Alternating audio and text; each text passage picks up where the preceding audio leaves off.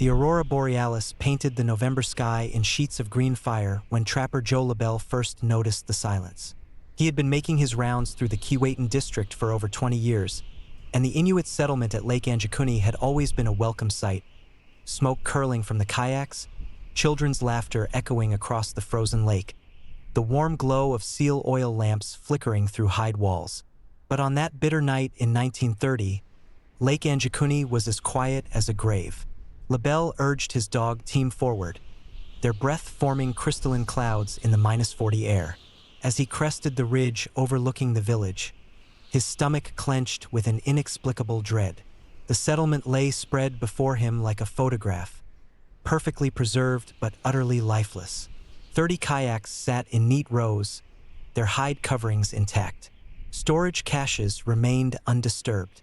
Even the fishing holes had been carefully maintained, though a thin skin of ice now covered them. But there were no people, not one. Labelle called out in Inuktitut, his voice swallowed by the vast emptiness. The only response came from the wind, which seemed to carry whispers in a language older than human memory. He unhitched his dogs and approached the nearest dwelling, noting with growing unease that the entrance flap had been torn from its fastenings and hung in frozen tatters. Inside, a seal oil lamp still flickered with the last dregs of fuel. A pot of caribou stew sat over cold ashes, the meat preserved by the brutal cold but clearly abandoned mid-preparation. Women's sewing lay scattered across sleeping furs, needles still threaded, beadwork half-finished as if the seamstress had simply vanished mid-stitch. Moving from kayak to kayak, Labelle found the same scene repeated. Meals left unfinished, tools abandoned in use, children's toys scattered on frozen floors. In one dwelling, he discovered something that made his blood run cold. Scratch marks gouged deep into the wooden support beams, as if made by claws the size of hunting knives. The marks formed a pattern that hurt to look at directly, a spiraling design that seemed to move when viewed in peripheral vision. Outside, his dogs began to whine and pull at their traces. Labelle followed their gaze to the village's outskirts, where the dog yard should have been filled with barking teams. Instead, he found dozens of sled dogs frozen in their traces, their bodies positioned in perfect circles around empty tethering posts. The animals had not been killed. They had starved to death, their food stores untouched just yards away, as if something had prevented them from eating. The silence that followed was more terrifying than any scream. What Labelle did not know was that 3 weeks earlier, the village had been thriving. Elder Nuka had returned from a successful hunt with more caribou than the settlement had seen in years. The meat should have been shared according to tradition, distributed among families based on need. But prosperity had awakened something darker in human hearts. Kakartok, the village's most skilled hunter, had begun hoarding the finest cuts for his own family. Savulik, respected for her wisdom, started spreading poison about neighbors she secretly envied. Chiktalik, once generous with his tools and knowledge, had grown miserly and cruel. The ancient bonds of mutual survival that held the community together began to fray like rope in a blizzard. The Wendigo smelled their corruption from 100 miles away. It came from the deepest reaches of the barren lands, where the tree line surrendered to endless tundra and the earth itself seemed cursed with perpetual hunger. The creature had once been human, a man driven to cannibalism during a winter so severe that even the spirits fled south.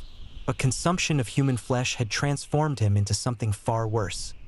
A gaunt giant with yellowed fangs, eyes like frozen lakes, and an appetite that could never be satisfied. The Wendigo was drawn to greed like a moth to flame, feeding not just on flesh but on the spiritual rot that preceded it. It could sense the village's growing selfishness from miles away, the way their traditional bonds of sharing and community were being devoured by petty jealousies and small betrayals. On November 18th, as the aurora painted the sky in supernatural light, the Wendigo arrived at Lake Anjikuni. It moved through the settlement like a shadow cast by no earthly form, 15 feet tall and impossibly thin, its limbs bent at angles that defied anatomy. Its breath was the wind that froze spit before it hit the ground, and its footsteps left marks in the permafrost that would never fully fade. The creature did not announce itself with roars or violence. Instead, it whispered, Kakartok was the first to hear it. Soft words in Inuktitut that seemed to come from inside his own skull. You hunger for more than meat, don't you? You crave respect, power, the envy of lesser men. He found himself drawn from his warm kayak into the frigid night, following a voice that promised him everything he had ever wanted. Savulik heard different words. They mock you behind your back. These people you've helped. They think you're foolish, weak. Wouldn't it feel good to show them your true strength? She emerged from her dwelling in only her sleeping clothes, bare feet leaving bloody prints in the snow as she walked toward the voice that finally understood her pain. One by one, the villagers were called into the night. The Wendigo's whispers found the secret selfishness in each heart, the hidden resentments and buried greed that even the most virtuous harbor in dark moments. It spoke to their worst impulses in their own voices, making corruption feel like revelation. Those who resisted the whispers faced a different fate. The Wendigo stalked them through the settlement like a hunter pursuing wounded caribou. Tutu, the village elder who tried to rally the remaining people, found himself chased through the twisting paths between kayaks by something that moved faster than wind but made no sound. He glimpsed it only in fragments, a shadow that fell upward, eyes that reflected light like ice, fingers that stretched longer than tent poles. The creature herded the villagers like wolves herding prey, driving them away from shelter and warmth toward the open tundra. Those who tried to hide found their refuge turned against them. Storage caches became traps. Kayaks became coffins of hide and bone. The Wendigo could stretch its limbs through any opening, reach around any corner, appear behind any shoulder when one thought themselves safe.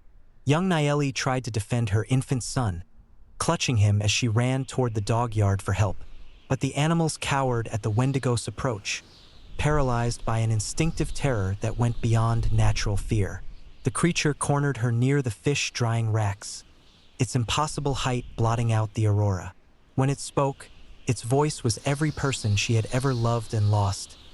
Give him to me willingly, and I will make his passing gentle. Resist, and he will learn what true hunger means.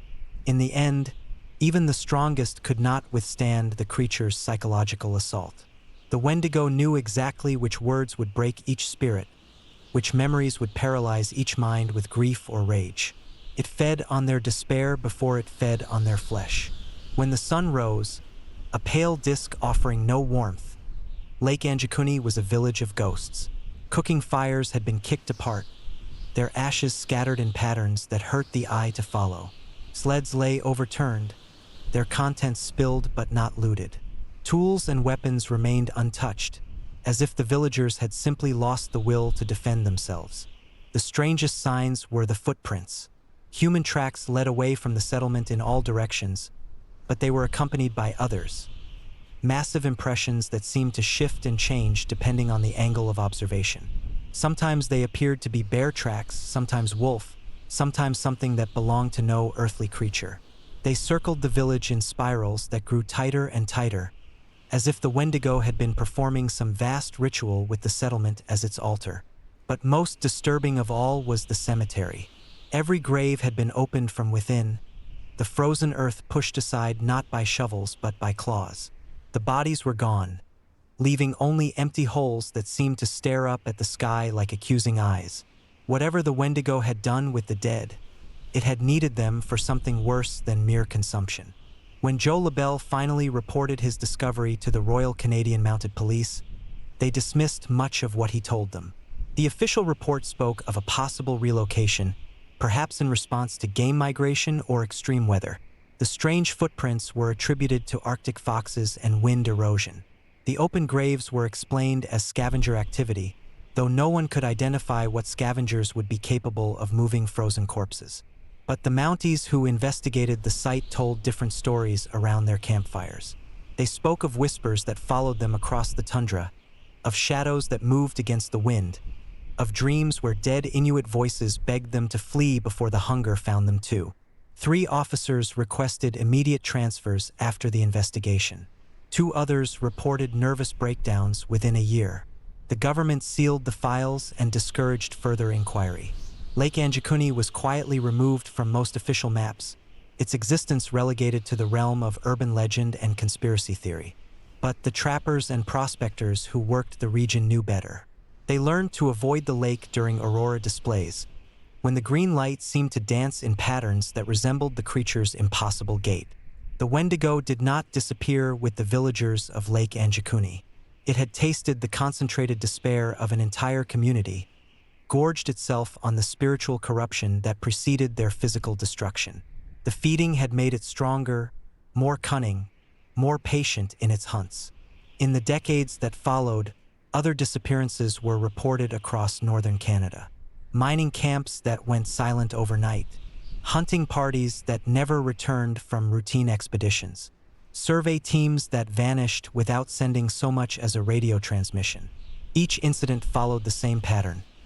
No bodies, no obvious violence, only signs of panic and the lingering sense that something vast and hungry had passed through. The creature learned to adapt its methods to changing times. In the 1950s, it stalked uranium prospectors, whispering of riches buried beneath the permafrost. In the 1970s, it hunted oil surveyors, promising them reserves that would make them wealthy beyond imagination. By the 1990s, it had discovered eco-tourists and adventure seekers, urban dwellers hungry for authentic wilderness experiences who never suspected that the wilderness might hunger for them in return. Modern technology proved useless against an entity that existed as much in the realm of mind as matter. GPS units would malfunction, showing impossible coordinates or leading travelers in circles. Satellite phones would pick up only whispers in long-dead languages. Emergency beacons would activate spontaneously, sending rescuers to empty campsites where tents still stood but occupants had vanished into the endless white. Today, the region around Lake Anjikuni remains one of the most sparsely populated areas of northern Canada. The few hunting guides and bush pilots who operate there speak in coded warnings about certain areas to avoid, certain weather patterns that bring more than just storms. They tell their clients that the aurora can play tricks on the mind, that the wind sometimes carries voices of the dead, that hunger in the Arctic is not just about food, but about something deeper and more dangerous. The Wendigo has learned patience. It no longer needs to devour entire communities at once. A missing hiker here, a vanished research team there. Small feedings that don't attract unwanted attention. It has discovered that modern humans carry their greed more subtly than the Inuit of 1930, but carry it nonetheless. Corporate executives seeking mineral rights, influencers hunting for the perfect Instagram wilderness shot, extreme sports enthusiasts addicted to adrenaline. All carry the seeds of spiritual corruption that draw the creature like blood draws sharks. Sometimes, survivors emerge from the barren lands with stories that officials refuse to record. They speak of a voice that knew their deepest secrets, their hidden shames, their most selfish desires. They describe being hunted not by claws and fangs, but by their own guilty consciences made manifest, pursued across the tundra by a presence that promised to fulfill their darkest wishes if only they would stop running and listen. These survivors are invariably changed. They return to civilization gaunt and hollow-eyed, speaking in whispers about the hunger that walks the frozen places. Most refuse to elaborate on their experiences, but their friends and families notice changes. A new generosity that seems born of terror rather than kindness. A desperate need to give away possessions as if wealth itself were cursed. The few psychiatrists who have treated these individuals report a consistent delusion. The belief that the creature is still watching them, waiting for them to slip back into selfishness so it can finish what it started. They speak of dreams where they stand again on the shores of Lake Anjikuni, watching the aurora dance above empty kayaks while something vast and patient circles the abandoned village, counting the footprints of those who escaped. Lake Anjikuni itself remains frozen even in summer, its waters locked beneath ice that never fully melts. Local Inuit communities, relocated from the region decades ago, still tell stories of the place in hushed tones. They speak of a winter that never ended, not in temperature but in spiritual cold. A freezing of the bonds that hold communities together, a crystallization of human selfishness into something that can hunt and kill. The elders warn that the Wendigo was not created by the disappearance of the village. It was summoned by their spiritual sickness, drawn across the barren lands by the scent of breaking taboos and abandoned traditions. The creature fed on their corruption until it became something beyond hunger, beyond simple cannibalism, evolved into a force that could devour souls as well as flesh. They say that on the clearest nights, when the aurora burns bright enough to read by, you can still see them, the villagers of Lake Anjikuni, walking single file across the frozen lake toward a horizon that never comes closer. They move with the mechanical persistence of the damned, following a figure too tall and too thin to be entirely human, searching forever for a warmth they will never find. And sometimes, if the wind is right and the observer is foolish enough to listen carefully, you can hear them calling out to the living, warning travelers to turn back, to flee before the hunger finds them too, to resist the whispers that promise easy answers to hard questions about survival and need and the terrible mathematics of who lives and who dies in the endless winter of the human heart. But their voices grow fainter each year, drowned out by something else. A patient breathing that echoes across the tundra like wind through empty bones, waiting for the next person to venture too far into the white, waiting to whisper the secrets that turn survival into something far worse than death.